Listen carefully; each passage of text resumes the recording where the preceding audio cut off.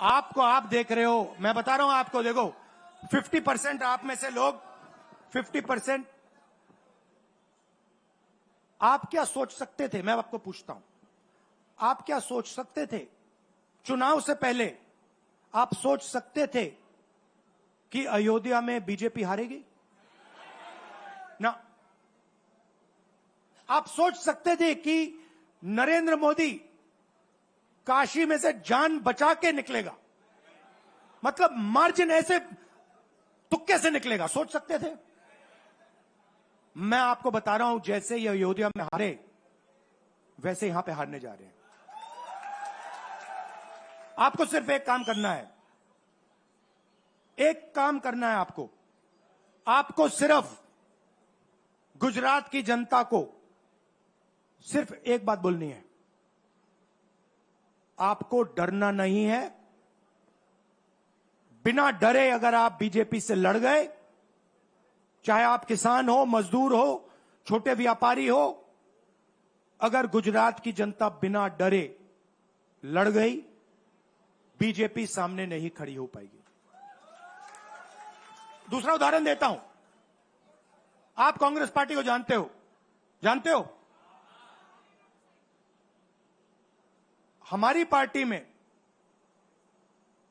कोई डरता है? कैसे मालूम?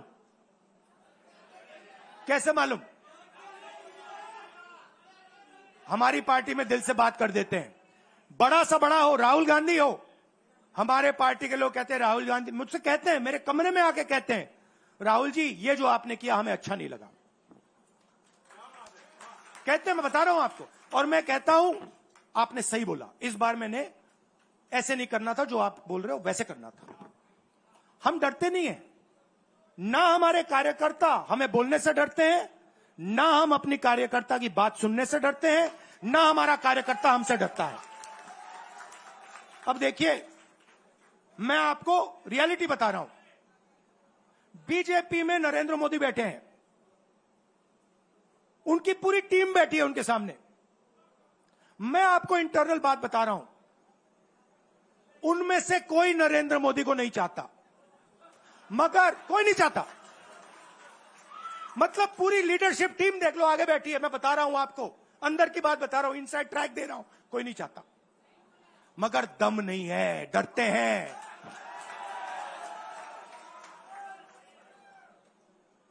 अगर नरेंद्र मोदी जैसा लीडर कांग्रेस पार्टी में होता, पूरी कांग्रेस पार्टी खड़े हो जाती, कहती है नहीं हम डरते नहीं है, हटो यहां से। मगर उनकी पार्टी में दम ही नहीं है, उनके कार्यकर्ताओं में दम नहीं है। आप देखो ना, एक आदमी खड़ा है वहां पे, सबकी हवा निकल गई, मतलब कार्यकर्ताओं की हवा निकल गई, आरएसएस की हवा निकल गई, सारे लीडर्स की हवा निकल गई। सच बोल रहा हूं ना। और हमारे मतलब छोटा सा कार्यकर्ता होता है, टाइगर होता है, आता है कांग्रेस प्रेसिडेंट के सामने, आता है राहुल गांधी के सामने, आता है, कहता है भैया मेरे दिल में ये बात है, आपको अच्छी लगे ना लगे मैं तो बोल रहा हूं। तो ये है कांग्रेस पार्टी। अंग्रेजों के साथ ये खड़े हो गए थे सारे के सारे आरएसएस वाले। हम लड़े थे, हमने कहा, देश से हमने कहा था डरो मत, डराओ मत, हमने कहा था। बीजेपी के लोगों ने हाथ जोड़ के कहा था भैया डर गए हम, जो करना है कर लो। तो आप अपनी हिस्ट्री समझो, जो डर की भावना होती है ना, वो आप में नहीं है, उनमें है। और इसी के कारण मैं आपको बता रहा हूं, कांग्रेस पार्टी गुजरात में जीतेगी और गुजरात से ही नई कांग्रेस पार्टी बनेगी।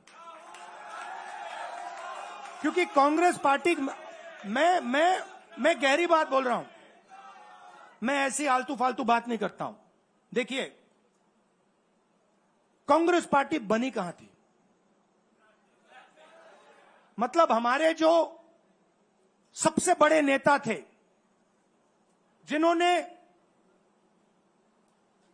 रास्ता दिखाया था, आप क्या सोचते हो, जब यहां अंग्रेज राज करते थे क्या डर नहीं था?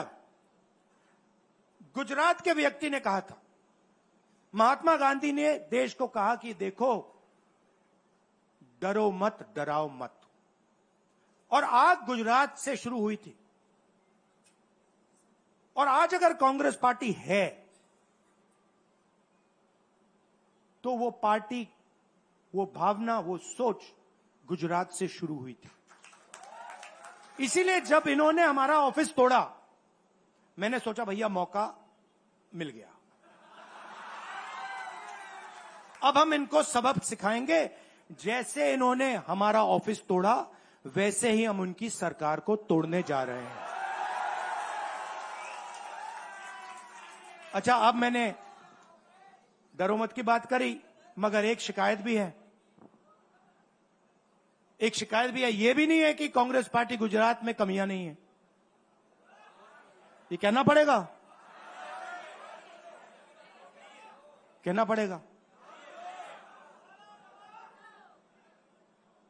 कमी क्या है? एक कार्यकर्ता ने मुझे बहुत अच्छी तरह बताया, कांग्रेस पार्टी के कार्यकर्ता ने, राहुल जी, कहता है मुझे, राहुल जी, ये कांग्रेस पार्टी में एक मुश्किल है, दो तरीके के घोड़े होते हैं, एक रेस का घोड़ा होता है, दूसरा शादी का घोड़ा होता है।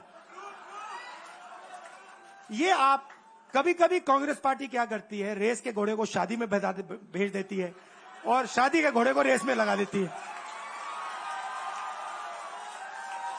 तो उसने कहा ये आप बंद करा दीजिए, रेस के घोड़े को आप रेस दौड़ाइए और शादी के घोड़े को आप शादी में भेजिए। तो ये हमें गुजरात में करना है। जो रेस का घोड़ा है, जो तैयार है, दौड़ने के लिए तैयार है, उसको रेस में लगाना चाहिए। और जो हमारे शादी के घोड़े हैं, जो हैं, वो हैं, उनको हमें शादी में, बारात में नचा देना चाहिए। तो अब मेरा कहना है कि यह काम सीरियसली करना है। हम पिछले चुनाव में, आप भी जानते हो, मैं भी जानता हूं कि हम बीजेपी से पिछले चुनाव में नहीं लड़े थे, ठीक से नहीं लड़े थे। उससे पहले चुनाव में 2017 में हम 3 महीने कह लो, 4 महीने कह लो, 4 महीने 3 महीने हम लड़े और नतीजा आपने देखा। आपने देखा, गुजरात के सीनियर नेताओं ने मुझे बस में कहा, मैं बता रहा हूं आपको इनसाइड ट्रैक, मुझे बस में कहा कि राहुल जी, गुजरात में हमें 40 सीटें मिलेंगी। मैंने उनसे कहा 40 नहीं, हम चुनाव जीतने जा रहे हैं। और 16 सीट से हम चुनाव हारे। अब 3 साल है, 3 महीने में हम फिनिश लाइन तक पहुंच गए थे। 3 साल में हम फिनिश लाइन को, मतलब उधर पीछे छोड़ के निकल जाएंगे। मैं आपको यहां कह रहा हूं कि आप लोग गुजरात में कितने साल बाद, 30 साल हो गए, 30 साल हो गए, मैं आपको बता रहा हूं, मानो ना मानो, आप में से 50% अभी मान रहे हैं और 50% कह रहे हैं नहीं भैया नहीं होगा। जो 50% मान रहे हैं, मैं आपसे बात कर रहा हूं, जो 50% मान रहे हैं, मैं आपसे बात कर रहा हूं, आप लड़ जाओ और ये बाकी 50% बैठे हैं, उनकी माइंड बदल दो, नैया पार हो जाएगी, सरकार बन जाएगी। और मैं आपसे कहना चाहता हूं कि एआईसीसी की टीम, राहुल गांधी, मेरी बहन, सारे के सारे सीनियर लीडर आपके साथ यहां खड़े होंगे, आपके साथ मिलकर इनकी सरकार को तोड़ेंगे। आपने बहुत सहा है, बहुत लाठियां खाई हैं, बहुत अपमान हुआ है आपका, गालियां खाई हैं आपने, अब बहुत हो गया। अब इनको हमें सबक सिखाना है और हम इनको हराने जा रहे हैं। और नफरत से नहीं, मोहब्बत से मोहब्बत से, आप देखना, मोहब्बत से हम इनको हराएंगे। कैसे? क्योंकि नरेंद्र मोदी जी का जो विजन था, वो गुब्बारा जो था वो फट गया है, फटाक से वो फट गया है। आप सोचिए, पार्लियामेंट हाउस में नरेंद्र मोदी वहां बैठे, मैं यहां, और मैंने प्रधानमंत्री जी से उनके सामने कहा कि नरेंद्र मोदी जी, आप एक व्यक्ति भी नहीं कह सकता हूं, पता नहीं आप क्या हैं, क्योंकि आपने ही कहा कि मैं नॉन बायोलॉजिकल हूं, मैं बायोलॉजिकल नहीं हूं, और मेरा सीधा डायरेक्ट कनेक्शन है ईश्वर से। अरे भैया, आपका डायरेक्ट कनेक्शन है ईश्वर से, तो अयोध्या कैसे हार गए? कैसे हार गए? तो हमारे प्रधानमंत्री सोचते हैं कि बाकी सब लोग बायोलॉजिकल, गुजरात की जनता बायोलॉजिकल, गांधी जी बायोलॉजिकल, हिंदुस्तान के किसान मजदूर सब लोग बायोलॉजिकल, और Narendra Modi non biological. Speaker sir ने मुझे कहा, ऐसे मत बोलिए। मैंने कहा, मैं थोड़ी बोल रहा हूं, ये तो प्रधानमंत्री बोल रहे थे, मैं तो उनकी बात कर रहा हूं। स्पीकर बिल्कुल चुप हो गए। बात तो सही है, बात तो सही है, ये राहुल गांधी के शब्द थोड़ी है, ये तो हिंदुस्तान के प्रधानमंत्री के शब्द हैं, नॉन बायोलॉजिकल। अब सोचिए, वो व्यक्ति जो अपने आप को नॉन बायोलॉजिकल समझता है और देश की जनता को बायोलॉजिकल समझता है, कि मतलब मैं यहां और बाकी जनता वहां, वो गुजरात को विजन कैसे दे सकता है?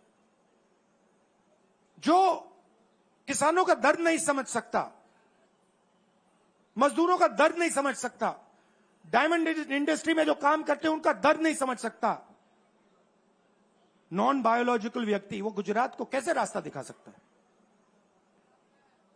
नहीं दिखा सकता।